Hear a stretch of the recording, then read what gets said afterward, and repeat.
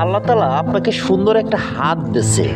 আপনি এই হাত দিয়ে হালাল কর্ম করেন, এই হাত দিয়ে হালাল খাবার বেছে খান, এই হাত দিয়ে সমাজের উন্নয়ন হয়।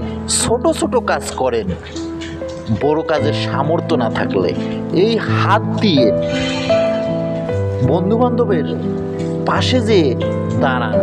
এই হাত দিয়ে সবসময় পজিটিভলি কোন কাজ করলে ভালো হয় ওইটা চিন্তাধারা করেন। এই হাত দিয়ে মানুষের টর্চারিং করার দরকার আছে?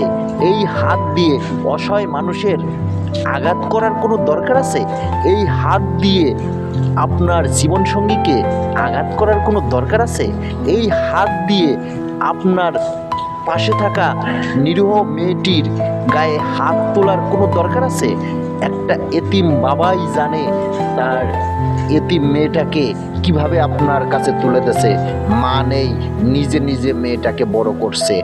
একটা এতিম ভাই জানে তার বাবা ছাড়া বোনটিকে বড় করে আপনার হাতে তুলে দিতে কত কষ্ট হয়েছে।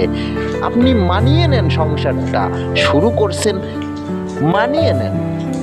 রাগ মানুষের হতে পারে, পজিটিভলি রাগটা নিয়ে আপনি শক্ত কোনো ভালো ভারী কাজে লেগে পড়েন, রাগ এমনি ঠান্ডা হয়ে যাবে।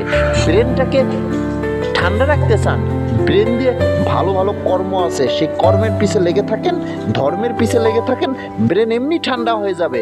কারণ এতিম মায়ের সন্তানের গায়ে হাত তোলার জন্য আপনার এত সুন্দর হাত আল্লাহ দান করেনি।